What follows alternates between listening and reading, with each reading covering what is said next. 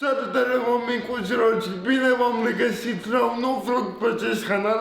Acest vlog se poate spune că este special pentru 300.000 de abonați și vreau să vă mulțumesc tare mult pentru fiecare abonare, dar hai să trecem la treabă, să nu vă mai aburesc cu aceste chestii. Ne aflăm la clinica Spot, diagnostică domnului Dr. Greg Ovidiu Cristian. Suntem aici alături de kinetoterapeuta mea, Ioana, și o să facem un program de kinetoterapie curt pentru voi, dar nu pentru mine. Hai să începem să-ți fac eu un pic de stretching, da? Da.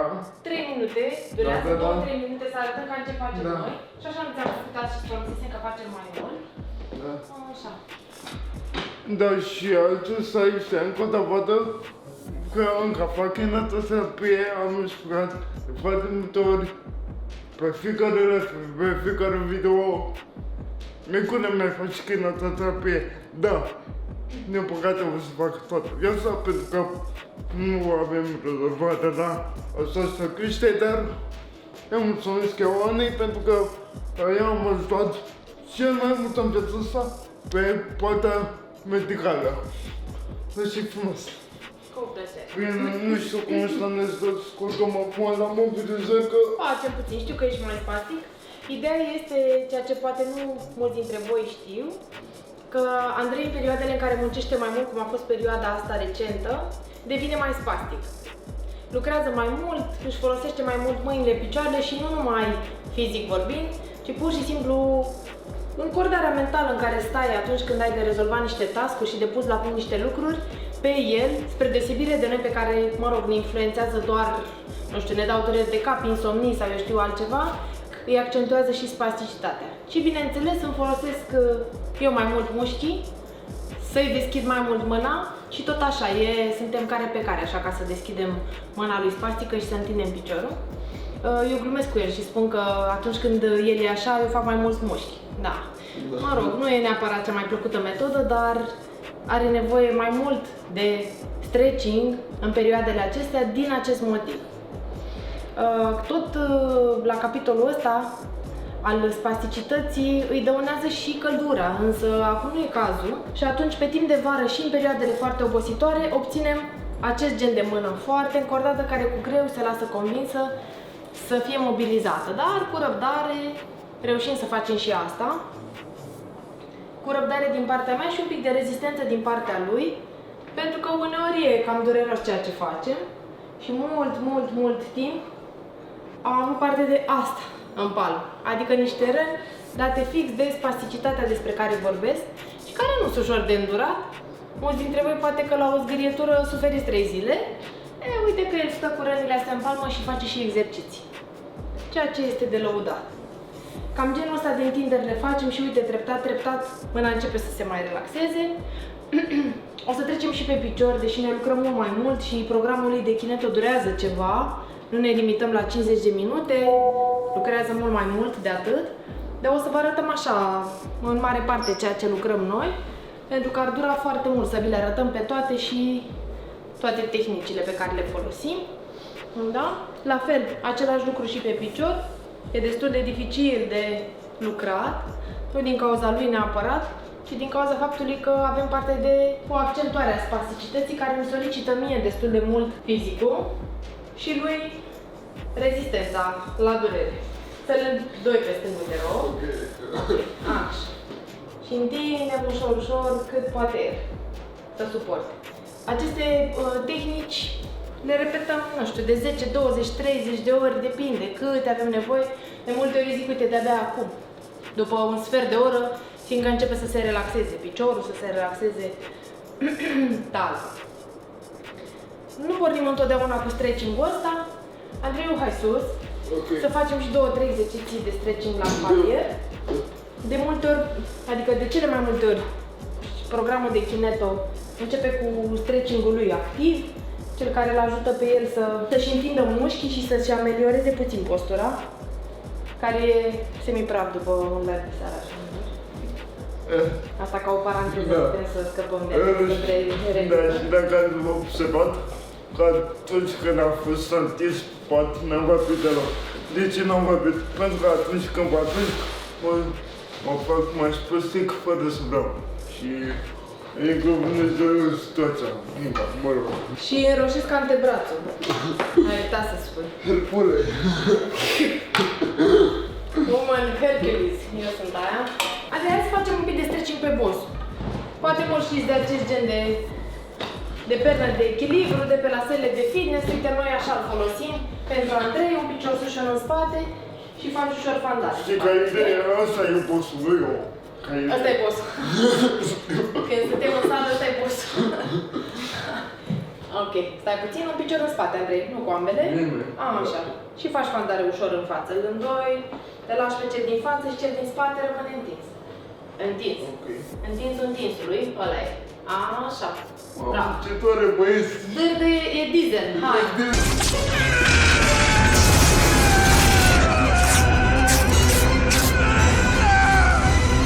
Fimbrele, toți mușchii, toți și până în creier. Bun. Ne mai lucrăm pe lângă stretching, sunt multe, foarte multe, am zis. Lucrăm exerciții pentru echilibru și hai să ne urcăm cu ambele picioare, Andrei. Tot pe boss. N-am muncit, da? Te ții, normal. Dacă nu te ții, ne dăm la o parte. Eu nu știu ce se întâmplă. Bun, perfect. Așa. Foarte bine. Perfect. Super. Și îndoi încet genunchii puțin de tot, atât și te întinzi. Mult, îndrepte acum. Ok. Hai. Bun, bine. Atât și mă îndrept. Bine de tot. Hai. Perfect. Foarte bine. În mod normal facem vreo 4 milioane de serii din fiecare, dar acum nu le arătăm chiar vreo 4 milioanele. Și acum pui dreptul în spate.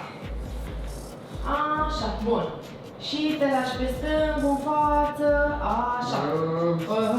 Și revin. You are supposed to push. Hai, apasă. Și revin. Push. Capul sus, stai drept. Capul sus. Capul sus. Așa, bun. Ok. Bine.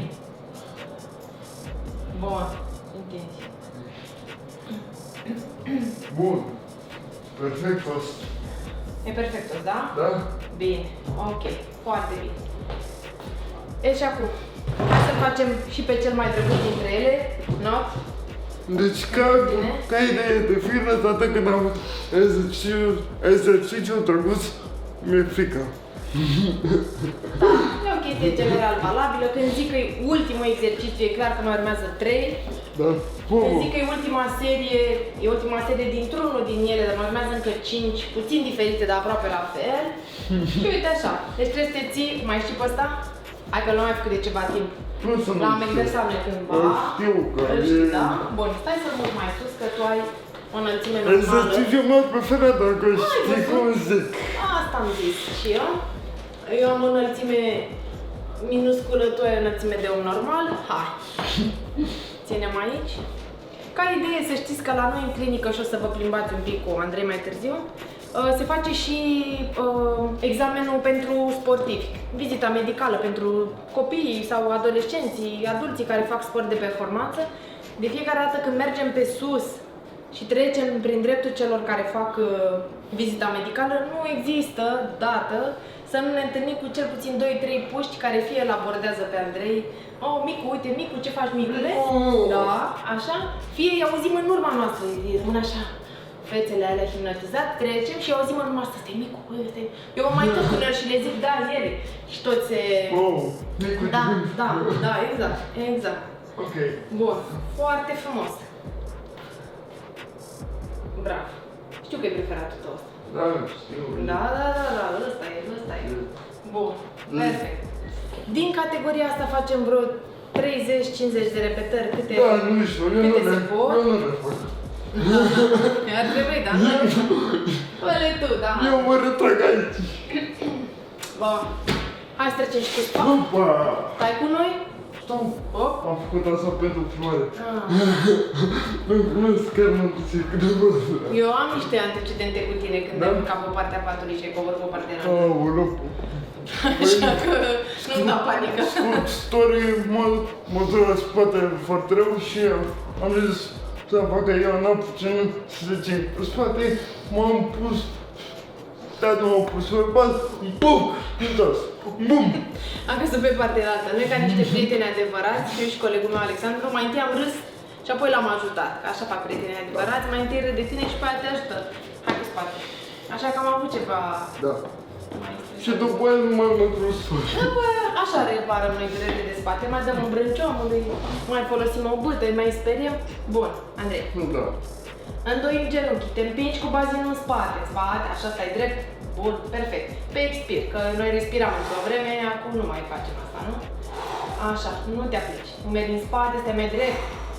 Am un stres, îl urmăresc. Când vine, când pleacă, l-am terminat, l-am terminat. Stai mai drept și replica lui invariabil e ce? Stăteam drept? Ce asta este? Nu stăteam, ți-am făcut poza azi când stăteai tu drept pe saltea, poate să le integrezi acolo în film. Da.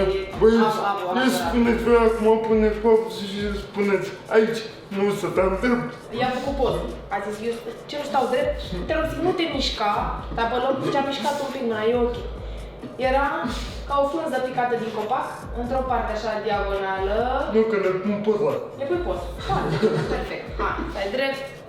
Decât am uitat așa. Care este? Efectul asupra tuturor. Gata. Bun. Bine. Și acum, aș vrea așa să facem. Andrei, hai să te așezi, te rog. O față în copil sau cu fața în casă? În mâini. Cu mâinile acolo, picioarele sus pe tana.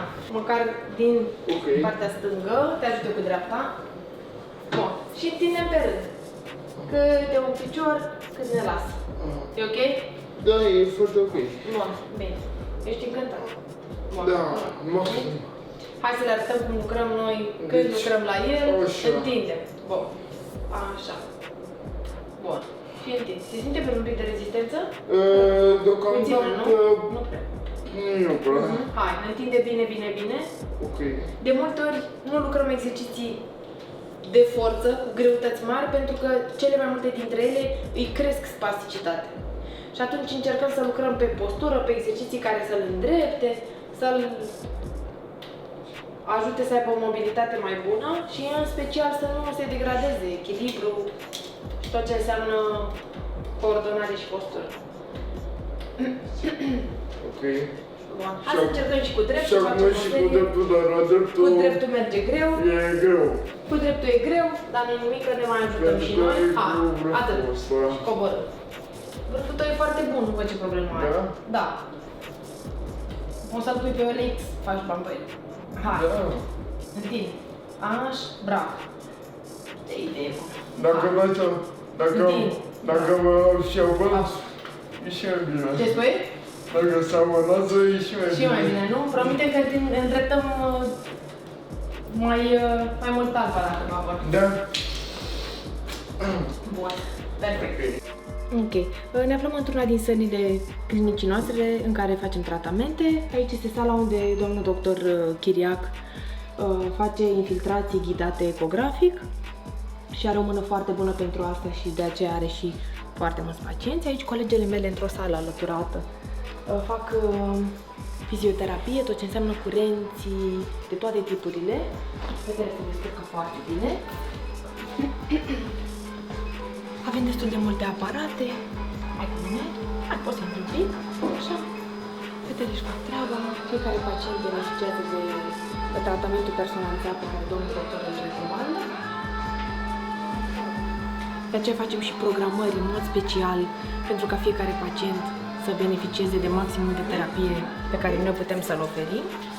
La etajele de mai sus avem o masă de elongație, o să o vedeți, cabinetul domnului doctor. Mai avem încă o sală de kinetoterapie la un etaj mai sus, vizita medicală de care spuneam pentru sportivi.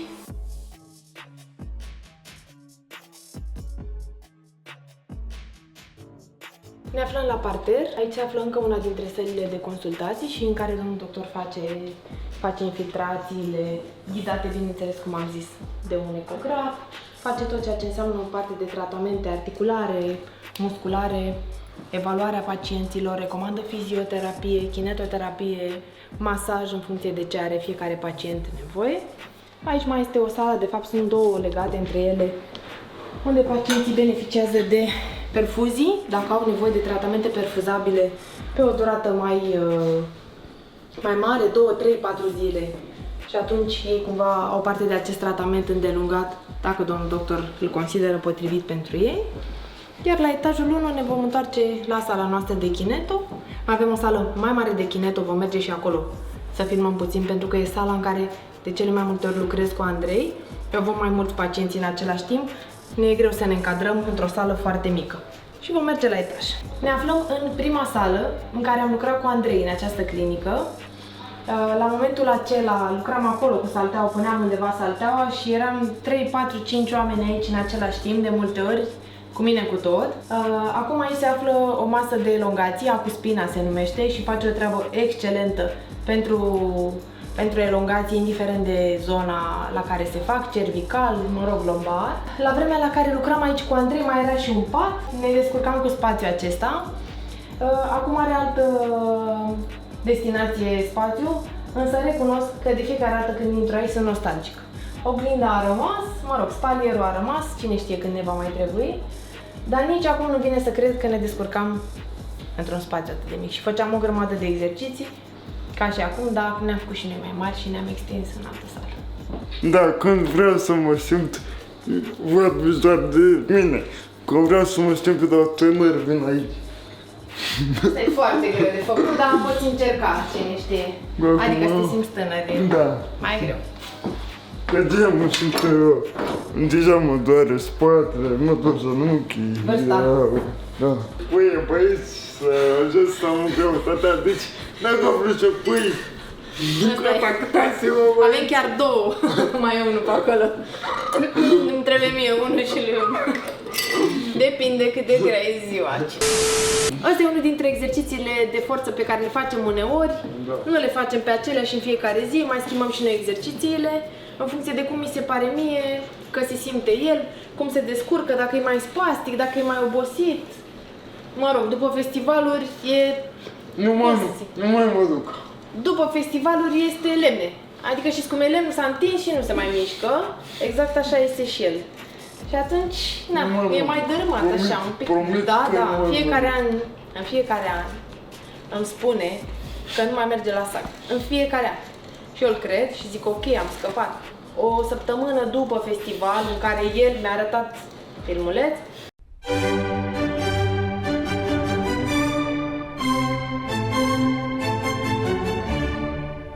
pentru mine a fost traumatizant ca terapeut să văd ce am de făcut. Eu îi spun, Andrei, trebuie să stai drept, muzică relaxantă. Stai drept, n-ai voie să faci mișcări intense. El la saga. Păi, eu în timpul liber ascult Mozart. Știu, am auzit. Versiunea 2025. Știu cum îți sună telefonul. Știu, e foarte bine. Bun, ok. Și hai să facem... și cu dreapta? Facem și cu dreapta, că te ajut eu. Hai, nu scap. Deci băieți, nu scap. Scap. Bun. Pentru mâna asta are nevoie de ajutor. De alta, dacă să nu-și dea un scripeteni. Dințișori. Bun, perfect. Și apeși, tragi în spate și te îndrepti. Bun, și revii, talpa jos. Cât o să mai faci eu? Talpa jos, urechile relaxate. Hai, și tragi. Bine, perfect. Coborăm. Bun, foarte bine. Ca idee, din nou, același lucru. Noi facem multe repetări de genul ăsta, vă arătăm câteva. De la momentul la care noi am început să lucrăm aici până în punctul ăsta, Andrei a progresat mult. Acum, în perioada asta, are nevoie să-l ajut puțin, să coborâm și să urcăm. Avem de ocolit, este un șantier mic în clinică, se montează liftul, dar în rest, el vine singur în sală, adică merge în vestiar, se schimbă singur în partea cealaltă, pe același etaj, se schimbă, se echipează pentru sală, vine și se apucă de treabă. Nu are nevoie de ajutorul meu. Asta în perioadele în care este bine, e mai odihnit și doarme cât îi zic eu. Adică rău. Da. Bun. În perioadele în care e mai obosit, mai spastic și așa mai departe, are ceva dificultăți. Nu l-am mai ajutat de mult, pe vremuri îl ajutam și să se încalțe, mă rog, ne-am adaptat și noi situației, da? Și returile, mă rog, sunt elastice acum și așa mai departe, ca să poată fi independent. Dar prin motivație și prin muncă și prin tot efortul pe care le punem, am de aici, am dat rezultate pe care eu, sincer, nu credeam că le pot atinge în viața asta și toate aceste chestii se datorează eu nei. Pentru că am lucrat cu foarte mulți terapeuți înaintea ei, dar nici nu vreau să mă aduc aminte.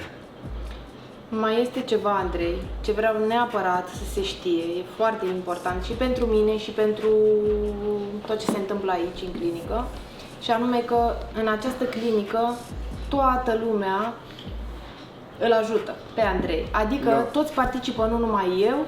Nu a existat odată ca el să nu poată urca scările și unul dintre colegii mei, dacă eu nu știam că a ajuns, să nu-l ajute să ajungă aici sau să-l ajute să coboare de la banda de mers. Avem sus banda de mers pe care facem reeducarea mersului.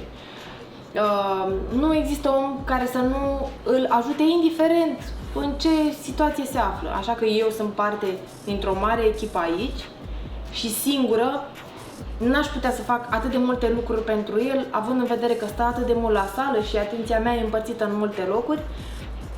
Colegul meu, Alexandru, îl ajută și cu exercițiile, îi dă și apă, toată lumea face orice este nevoie. Eu sunt mândră de echipa din care fac parte și sunt bucuroasă că pot să fiu aici și să învăț de la fiecare din colegii mei, începând cu șeful meu până la colegele de la contabilitate, colegii de la fizioterapie, din recepție, oricine. Sunt foarte mândră că pot să învăț în fiecare zi de la ei ceva și dacă eu sunt așa cum sunt acum, o parte li se datorează și lor, și lui Andrei, și el m-a ajutat să devin mai bună și eu îl ajut pe el. Așa că totul este o mare colaborare. Asta am vrut neapărat să se știe. Adevărul că aici, nu, această clinică, foarte rar am văzut. De fapt, nici nu știu dacă am văzut oameni cum sunt aici, adică buni, toată lumea glumește și ajută unii pe alții. Deci aici, în clinica asta, parcă toată lumea e ca familie, știi? E foarte frumos sentimentul și de asta îmi place să vin aici, să petrec timpul, să... Cum îmi place mie să zic aici, aici a doua mea familie, cum mă zic că vine când mă apucă pe mine pantalele și vreau să fiu mai nebun, zic mama mea, da? Eu am mama mea și se râde și da, deci e fan, care îmi place și da, să ne țină Domnul sănătoși. Cam atât a fost cu vlogul de astăzi. Eu sper că v-a plăcut. Dacă v-a plăcut, nu uitați să apăsați butonul de like, vă rog frumos, și un share, că acest vlog este foarte special pentru mine. A făcut 300.000 de abonați și vreau să vă mulțumesc pentru tot ce ați făcut pentru mine în acest an. Vă pup și ne vedem la următorul clip. Ciao!